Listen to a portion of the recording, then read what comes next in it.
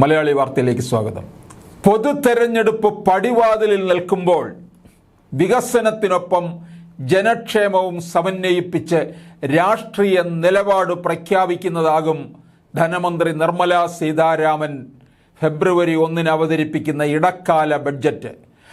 ഭരണകക്ഷിയായ BJPക്ക് ഏറ്റവും അനുകൂലമായ സാഹചര്യത്തിൽ അവതരിപ്പിക്കുന്ന രണ്ടാം നരേന്ദ്രമോദി സർക്കാരിൻ്റെ അവസാന ബഡ്ജറ്റിൽ ഭരണ തുടർച്ച കൂടി കണക്കിലെടുക്കുന്ന നിർദ്ദേശങ്ങൾ ഉണ്ടാകുമെന്ന് ധനകാര്യ വിദഗ്ധർ പറയുന്നു.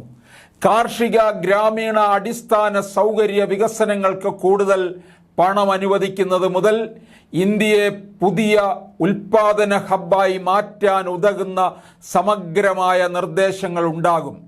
പൊതു തെരഞ്ഞെടുപ്പിൽ വനിതകളുടെ വോട്ട് പരമാവധി ഉറപ്പുവരുത്താനായി ഭൂ ഉടമകളായ കർഷക സ്ത്രീകൾക്കുള്ള ക്ഷേമവിഹിതം നിലവിലുള്ള 6,000 രൂപയിൽ നിന്നും 12,000 രൂപയായി ഉയർത്താനുള്ള പ്രഖ്യാപനമാണ് ഏറെ പ്രതീക്ഷയോടെ കാത്തിരിക്കുന്നത്.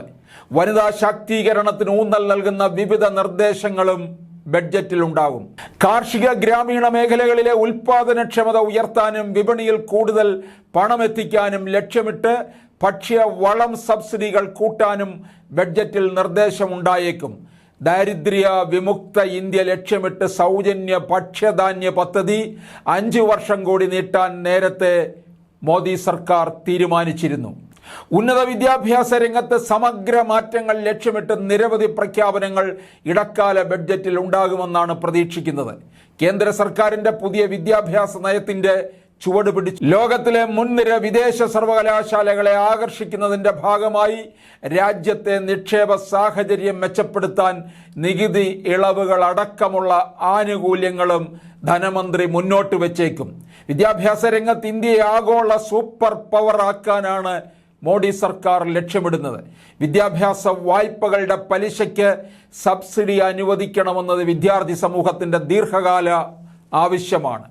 പ്രകൃതി സൗഹൃദ ഇന്ധനങ്ങളുടെ ഉപയോഗം പരമാവധി പ്രോത്സാഹിപ്പിക്കുന്ന നയങ്ങളുടെ ഭാഗമായി ഹരിത സൗരോർജം, കാറ്റാടി, ഇലക്ട്രിക് വാഹനങ്ങൾ എന്നിവയുടെ നിർമ്മാണ മേഖലയ്ക്കുള്ള നികുതി ഇളവുകളും ആനുകൂല്യങ്ങളും വർദ്ധിപ്പിക്കുമെന്നാണ് പ്രതീക്ഷിക്കുന്നത്.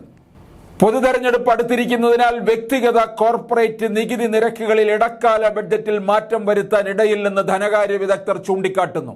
ഇടക്കാല ബഡ്ജറ്റുകളിൽ നികുതി നിരക്കുകളിൽ വലിയ മാറ്റങ്ങൾ വരുത്തുന്നതിന് തെരഞ്ഞെടുപ്പ് കമ്മീഷന്റെ നിയന്ത്രണമുണ്ട്.